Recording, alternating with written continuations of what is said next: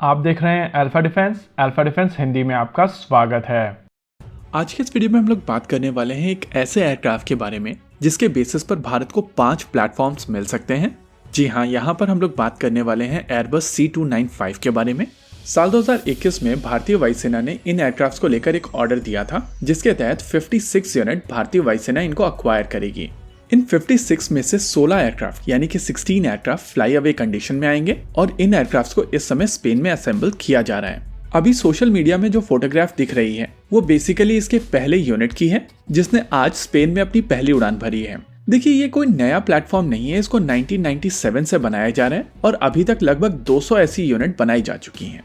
इस एयरक्राफ्ट को लगभग 15 देशों द्वारा ऑपरेट किया जाता है और इनफैक्ट जैसे भारत में टाटा इसको असेंबल करेगा, वैसे इंडोनेशिया में इसको 2011 से असेंबल किया जा रहा है। और मेरे हिसाब से इस प्रोजेक्ट की टाइमलाइन में जो सबसे बड़ा स्टेप होगा वो होगा इंडिया मेड एयरक्राफ्ट की पहली फ्लाइट।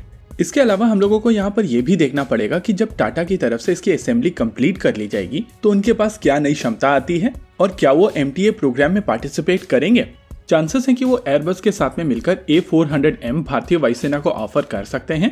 लेकिन इसी प्रोजेक्ट पे रहते हुए अगर हम लोग इसकी सिग्निफिकेंस को समझें तो आपको समझ में आएगा कि इस एक प्लेटफॉर्म की मदद से भारतीय वायुसेना को 5 अलग अलग तरीके के प्लेटफॉर्म्स मिल सकते हैं। देखिए, जब DRDO की तरफ से एयरबोर्न अर्ली वार्निंग और कंट्रोल सिस्टम नेत्रा बनाया गया था तो उसको एम्ब्रायर के EJ-145 प्लेन के ऊपर माउंट किया गया था।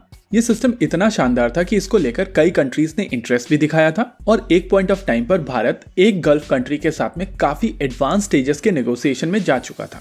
लेकिन बाद में करप्शन के चलते एम्ब्रायर ब्लैकलिस्ट हुआ और इस प्रोग्राम की डेथ हो गई। वायुसेना केवल 3 ही ऐसे एयरक्राफ्ट को अपने बेड़े में शामिल कर पाई थी और अब लगभग 5-7 साल के बाद में नेत्रा 2 प्रोग्राम के ऊपर काम हो रहा है, जो बेसिकली इसी सिस्टम का एडवांस वेरिएंट है और वो पुराने एयर इंडिया के प्लेटफॉर्म्स के ऊपर माउंट किया जाएगा। थियोरेटिकली C295 जो भारत में बनाए जा रहे हैं उनके ऊपर भी इस रेडार को माउंट किया जा सकता है और इस एयरक्राफ्ट को एयरबोर्न अर्ली वार्निंग और कंट्रोल सिस्टम में कन्वर्ट किया जा सकता है। ये तो हुआ पहला सिस्टम।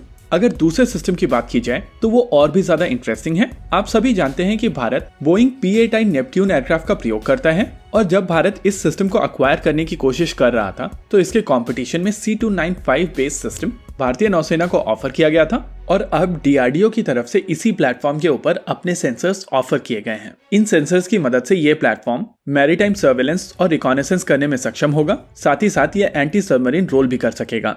ये हुआ दूसरा प्लेटफॉर्म। अगर बात की जाए तीसरे प्लेटफॉर्म की तो इसी के बेसिस पर एक रिफ्यूलिंग टैंकर भी बनाया जा सकता है।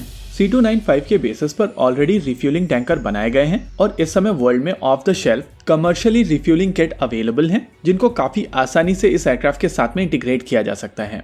ये हुआ तीसरा प्लेटफॉर्म। अगर चौथे प्लेटफॉर्म की बात करें तो ये भी DRDO की तरफ से ऑफर किया गया है। चौथा प्लेटफॉर्म है स्टैंड ऑफ कम्युनिकेशन जैमर, जिसको लेकर सेंसर DRDO की तरफ से ऑलरेडी डेवलप किए जा चुके हैं और वायुसेना भी इस सिस्टम में इंटरेस्टेड है। लेकिन अभी तक भारतीय वायुसेना की तरफ से प्लेटफॉर्म को लेकर कोई डिसीजन नहीं लिया गया है और इसी वजह से अभी तक ये प्रोग्राम आगे नहीं बढ़ा है। C295 के बेसिस पर एक कॉम जैमर काफी आसानी से बनाया जा सकता है और अगर अभी भारतीय वायुसेना इस सिस्टम को लेकर एक डिसीजन लेती है तो ये इंटीग्रेशन कंपैरेटिवली जल्दी किया जा सकेगा। ये हुआ चौथा सिस्टम। अगर पांचवें सिस्टम की बात की जाए तो वो भी काफी इंटरेस्टिंग है। US के साथ में हुई एक रिसेंट एक्सरसाइज के दौरान भारतीय वायुसेना ने गनशिप प्लेटफॉर्म्स को देखा था और उसके बाद से भारतीय वायुसेना ने ये चीज रियलाइज की है कि उनको भी ऐसे एक प्लेटफॉर्म की आवश्यकता है। ओवरऑल यहाँ पर एक प्लेटफॉर्म के ऊपर 5 अलग अलग तरीके के प्लेटफॉर्म बनाए जा सकते हैं, लेकिन यहाँ पर यह देखना इंटरेस्टिंग होगा कि वायुसेना इसको लेकर डिसीजन कब लेती है। इसी के साथ आज के इस वीडियो में रखते हैं केवल इतना ही। वीडियो को अंत तक देखने के लिए धन्यवाद। देखते रहिए अल्फा डिफेंस। जय हिंद।